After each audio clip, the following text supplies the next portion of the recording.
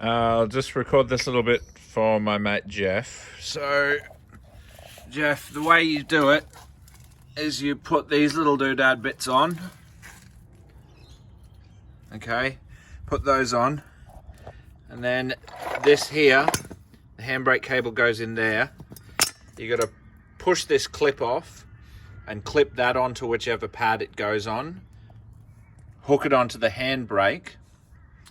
And then I can't quite remember, you put the shoe in behind there and you use this spring to hold it on.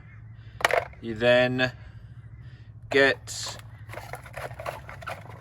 this spring that goes between both shoes.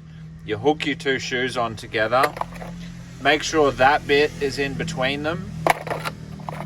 Then this bit goes up the top and it has a spring on it. So that bit there sits in under there. So you'll have one shoe already in there with this guy hooked onto there, holding it on. And then this underneath. Then your other shoe, you've got to slide it in behind this doodad here. So you pull that out like that, slip your shoe in behind, and then the other shoe will have another hook and you hook it over the top. And that's that.